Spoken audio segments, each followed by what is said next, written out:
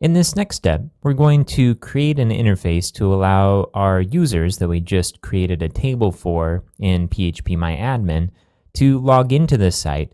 And then in the following steps, we're going to create administrative pages to allow them to both manage users, pages, and the products on our site.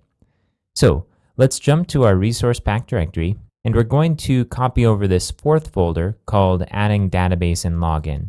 Again, this is in the fifth folder called Building a CMS. So I'm going to copy this, and then I'm going to jump over to our site directory, and I'll rename our current site folder 03.site, just to keep it around, and we'll paste in our new folder and rename it site. Now let's take this new site for a spin in our browser. So I'm going to refresh the page. When I do, you see we have this login link in the upper right-hand corner. If we click that, we get our login form.